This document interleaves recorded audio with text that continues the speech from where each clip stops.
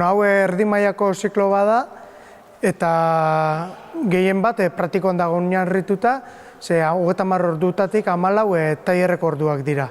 Bestalde esan, goian ere AutoCAD eta programa desberdinak erabiltzen ikasten direla, eta hemen ikartzen dena egur trinkoa eta tablero desberdinekin lan egiten da.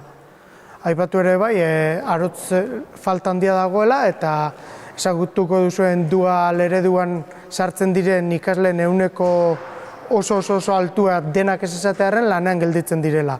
Arotz behar handia dagoelako eta lanerako langile kualifikatu falta dagoelako.